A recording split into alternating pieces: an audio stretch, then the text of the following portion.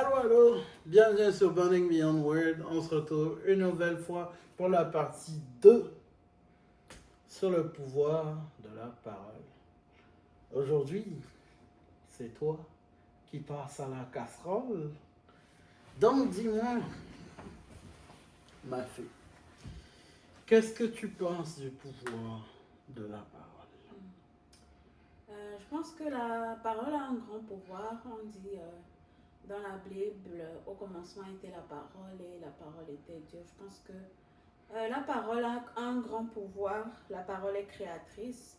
La parole est transformatrice. Ouais. Est-ce que tu penses que le choix des mots, le choix de nos mots est important? Est-ce que tu penses que la manière dont on parle, on s'exprime, ce qu'on dit peut affecter notre vie au quotidien? Oui, certainement. Ce que nous sortons de notre bouche peut affecter notre vie au quotidien.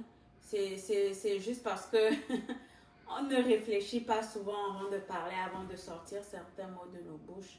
Donc on ne se rend pas compte souvent de l'impact que certaines paroles peuvent avoir sur nos vies parce que souvent on parle sur le fait de l'émotion sans nécessairement, sans nécessairement vraiment à vouloir du négatif ou bien s'attendre à du négatif, mais c'est vraiment les émotions qui parlent. Est-ce que tu penses que la parole chargée d'émotions est ce qui fait qu'on a des mauvaises journées, ce qui fait qu'on a des problèmes, etc.? Je pense que oui. Parce que comment tu te sens, euh, tes émotions, tout ça, ça va influer sur comment va se dérouler, ta journée.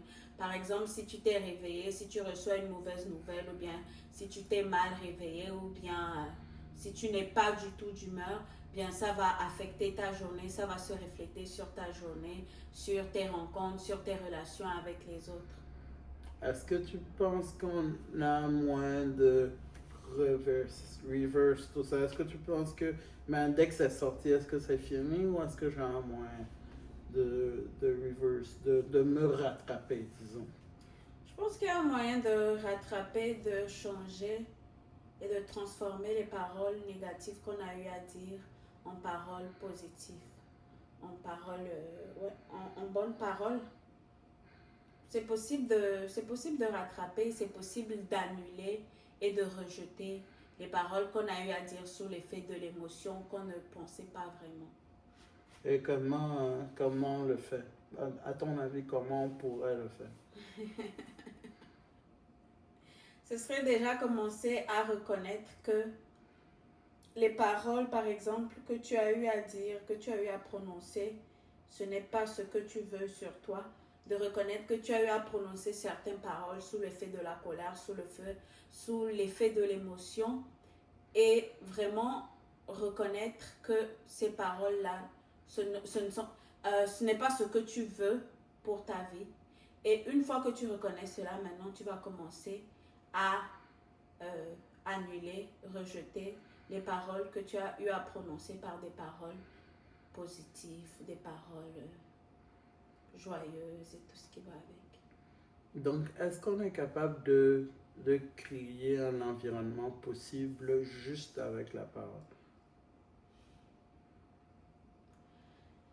Un environnement possible juste avec la parole, seulement avec la parole. Est-ce qu'on est capable de tout faire juste en parlant? Non, on ne peut pas tout faire en parlant. On ne peut pas tout faire, on ne peut pas tout faire en parlant parce que parler est une chose. Parler c'est une chose, mais si tu ne crois pas en ce que tu dis, si tu n'as pas la conviction, si tu ne crois pas ce que tu dis, ça, ta parole ne vaut rien. Parce que maintenant, je parle, mais ça ne vient pas. C'est que ça ne marche pas. Ce n'est pas forcément parce que ça ne marche pas. C'est d'abord de savoir est-ce que ce que tu dis, est-ce que tu le penses vraiment, est-ce que tu le ressens vraiment, est-ce que tu es convaincu de ce que tu es en train de dire? Est-ce que tu le ressens? Est-ce que tu le sens vraiment au fin fond de toi? Maintenant, après, oui, tu parles, tu as la conviction, tu sens et tout ce qui va avec. Maintenant, il y a des actes qui doivent aller avec tes paroles. Parce que tu ne peux pas dire une chose et faire le contraire. Donc, tes paroles doivent être en alignement avec les actions que tu poses au quotidien pour avoir un résultat, pour pouvoir créer. Donc, de mon côté, ben, je veux des abdos, mais j'aime manger. Chaque jour, je dis je suis maigre, je suis beau, je suis mignon, je suis très mignon, je suis maigre, j'ai des abdos impeccables, j'ai des abdos six-pack, bientôt le 7e pack. Mais ça ne change pas, j'ai toujours mon one-pack. Qu'est-ce que je dois faire? Parce que là, tu es juste en train de dire des paroles, de réciter des paroles. Tu peux même, peut-être que même tu y crois, mais comme je disais tantôt, il n'y a aucune action que tu as mis pour pouvoir avoir ces six-packs-là. Oui, tu dis tu vas avoir de six-pack, c'est bien bon. Maintenant, c'est quoi le chemin qui mène vers le six-pack? Est-ce qu'il n'y a pas un chemin qui ne mène pas à la gym, qui va le six-pack en parlant? L'alimentation. Tu peux déjà commencer par bien manger. Une alimentation équilibrée, à choisir ce que tu manges, à ne pas manger des fast-food, de la malbouffe, à manger de la nourriture saine, fait maison, préparée. C'est un début. Ok. Maintenant, si on prend toujours le cas du pouvoir de la parole, de la manifestation de la parole, est-ce qu'on est capable de manifester sur la vie de quelqu'un d'autre? Donc, de parler pour ou contre la vie de quelqu'un d'autre. Créer dans la vie de quelqu'un d'autre, dans le fond. Disons, je souhaite du mal à quelqu'un, ou bien je souhaite également du bien à quelqu'un, ça, je suis capable d'avoir mon énergie dans la vie de quelqu'un d'autre. C'est possible, c'est très possible. Ça va dépendre de l'état de cette personne-là. Ça va dépendre de l'état de cette personne, de l'état spirituel de cette personne. Et de... Ouais, ça va dépendre de la personne. En quoi? En quoi? Par exemple, quel exemple est-ce que je pourrais prendre? Par exemple, si tu es quelqu'un qui croit à tout ce qu'on te dit, si tu es quelqu'un qui ne sait pas filtrer, oui, des paroles qu'on dit, qu'on prononce sur ta vie, des paroles négatives qu'on prononce sur ta vie peuvent se réaliser. Donc, peuvent avoir un impact. Ouais. Donc, si je comprends bien, pour ne pas que ça ait un impact, il te faut toi-même un certain discernement. Un certain discernement et puis savoir filtrer aussi, je dirais.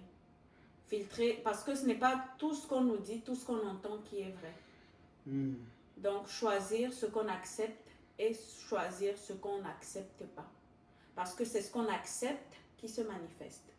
Dès le moment où tu n'acceptes pas et que tu rejettes, ça ne se manifeste pas. Est-ce que quelqu'un peut être plus puissant que toi dans le spirituel?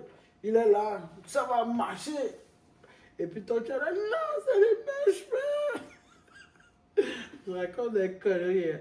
Mais c'est pour dire, est-ce que l'influence de quelqu'un peut être tellement grande que tu en viens à avoir des doutes sur toi-même, sur ta capacité de le faire, sur ton ambition de le faire, sur ta capacité à produire du résultat, dans le fond. Donc, oui, tout dépendamment de la personne qui prononce des paroles, tu auras tendance, c'est sûr que tu auras tendance à plus prendre au sérieux les paroles de quelqu'un des paroles que quelqu'un te dit que les paroles qu'une autre personne te dit, tout dépendamment de qui est cette personne, elle représente quoi pour toi et tout ce qui va avec, oui. Est-ce que tu devrais être découragé si c'est vraiment une personne proche de toi qui te dit ces paroles, ou est-ce que tu devrais doubler les efforts? Parce qu'on entend souvent, j'entends souvent du monde dire que oh, mais j'essaie d'accomplir ça, j'essaie d'ouvrir mon entreprise, j'essaie de créer ça, mais tout le monde dans ma famille, mes proches se moquent de moi tout le temps. Ok. Ben, les proches se moquent de toi. Il faut déjà commencer par essayer de comprendre pourquoi tes proches se moquent de toi, pourquoi tes proches ne t'encouragent pas. C'est quoi les raisons? C'est quoi les raisons que tes proches donnent? Après aussi, il faut savoir, je pense, se remettre en question. Il faut arriver à un moment donné, te remettre en question et te poser les bonnes questions. Te demander si ce que les autres disent de toi, si c'est vrai ou si ce n'est pas vrai. Parce que à la fin de la journée, ce que les autres disent de toi, ce n'est pas important. Le plus important, c'est ce que tu dis de toi, c'est ce que tu dis que tu es et c'est ce que tu penses de toi. Les autres vont toujours penser ce qu'ils veulent. Les autres ont le droit de dire ce qu'ils veulent, de penser ce qu'ils veulent. Mais à la fin de la journée, c'est vraiment qu'est-ce que toi tu dis de toi. Qu'est-ce que toi tu penses de toi. Je pense que c'est ça le plus important et c'est ce sur quoi il faut s'accrocher. Mais après, l'entourage aussi, la famille et tout ce qui va avec, faut pas, même si ce sont des paroles négatives ou des paroles... ça peut être peut-être des paroles blessantes ou peut-être des paroles qui n'encouragent pas. Il faut toujours quand même se remettre en question, se poser les bonnes questions et se demander s'ils ont raison ou s'ils ont tort. Essayer de voir s'ils ont peut-être eu, il y a une petite part de vérité qu'ils ont dit. Et à ce moment-là, s'il y a une petite part de vérité, une part de vérité, alors à ce moment, essayer de redoubler les efforts, essayer de voir où est-ce que tu peux t'améliorer, où est-ce que tu peux changer, et afin de pouvoir te développer, grandir et être une meilleure version de toi. Est-ce que ton entourage pourrait toujours avoir raison? Est-ce que ton entourage pourrait avoir raison peut-être une, deux fois, ou toujours avoir raison? Est-ce que, disons que tu fais des choix, mais ton entourage est toujours contre tes choix, ils disent que tu fais toujours le mauvais choix. Est-ce que tu dois les écouter à partir de là? Disons, ton entourage n'approuve pas tes relations amoureuses, ton entourage n'approuve pas ton choix de conjoint, ton entourage n'approuve pas ton idée de créer une entreprise. Est-ce que tu dois toujours écouter ton entourage, ou des fois il y a une séparation qui va se créer dans le fond, mais même si c'est ta famille dans le fond? Ton entourage ne peut pas avoir toujours raison. Après, ton entourage, ça peut être une personne, deux personnes, mais si c'est tout le monde dans ton entourage qui dit la même chose, à un moment, il va falloir que tu commences à te poser des questions. Parce qu'une personne, oui, deux personnes, oui, trois personnes, oui, mais 10, 15, 20, là, il y a un problème. Et si c'est, prenons le cas d'un conjoint, ton entourage ne trouve pas que ton conjoint est à ta hauteur. Qu'est-ce qui détermine qu'ils ont raison? Qu'est-ce qui détermine que leur pensée, leur projection sur eux de ton homme est vraiment la bonne? Déjà, c'est vraiment d'essayer de comprendre pourquoi ils pensent que mon conjoint n'est pas la bonne personne pour moi, mon conjoint n'est pas fait pour moi. Donc, c'est vraiment essayer de comprendre, de poser des questions. Pourquoi vous pensez tel, tel ou tel? Qu'est-ce qui vous fait penser ça? Parce que, après, ton conjoint, eux ne connaissent pas ton conjoint. C'est toi qui connais ton conjoint. Après, ça va dépendre aussi de l'image que tu as donnée à ton conjoint dans ta famille. Peut-être eux, ils se basent sur ce que tu as dit, sur ce que tu as dit de lui, sur l'image que tu as donnée de lui, tout ce qui va avec. Peut-être un jour vous vous êtes disputé et puis il y a eu un truc tu es parti directement raconter et eux, ils se basent sur cet aspect-là, eux, ils se basent sur cet événement-là pour dire que, par exemple, cette personne n'est pas bonne pour toi. Ils se basent sur une seule chose. Maintenant, il faudrait essayer de comprendre. Et après aussi, ça va dépendre de ce que tu es parti, par exemple, raconter ou dire. Peut-être c'est sûrement négatif ou bien négatif. Donc, ça va dépendre vraiment de la gravité de cet acte-là, la gravité de ce qui s'est passé pour essayer de convaincre ta famille si la personne est vraiment bien pour toi. Mais de base, je pars du principe où la famille ne connaît pas ton conjoint. Tu es la seule personne à connaître ton conjoint. Tu es la seule personne qui passe du temps avec ton conjoint. Tu es la seule personne qui a une idée approximative de qui est ton conjoint. Tu es la seule personne qui connaît ses défauts, qui connaît ses qualités et tout ce qui va avec. Ta famille a juste comme, comment est-ce que je peux appeler ça? Un aperçu, une impression, un jugement. Mais ta famille ne connaît pas vraiment ton conjoint. Donc ta famille ne devrait pas influencer ton choix ou ne devrait pas te dicter le choix de ton conjoint ou dire qui est-ce que tu dois être avec ou pas. Mais ta famille pourrait te conseiller, ta famille pourrait te suggérer. Mais ouais, je pense. Donc, dans cet ordre d'idées, on pourrait dire alors que il n'y a personne qui te connaît mieux que toi-même.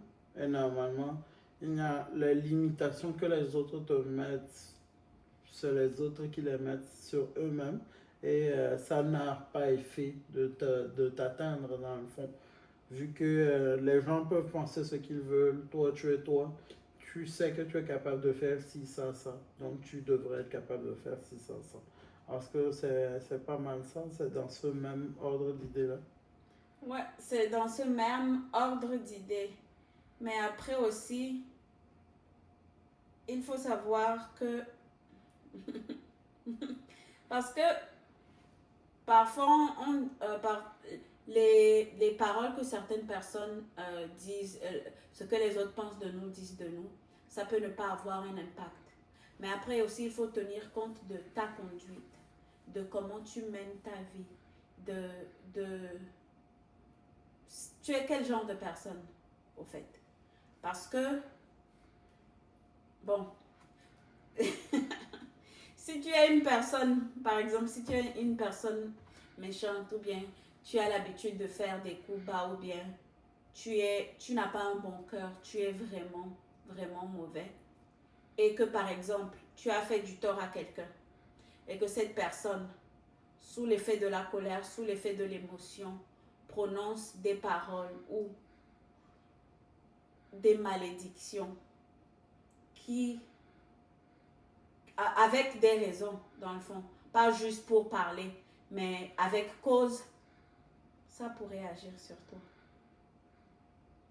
Que tu le veuilles ou pas, que tu l'acceptes ou pas, ça va agir sur toi. Dans le fond, les actes ont les conséquences. Exactement.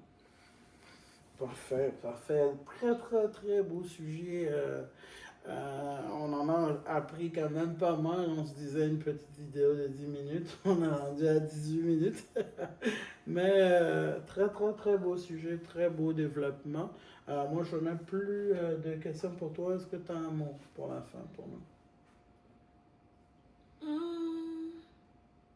Pas vraiment, mais c'est vraiment juste de faire attention à ce qui sort de nos bouches, de faire attention à notre langue.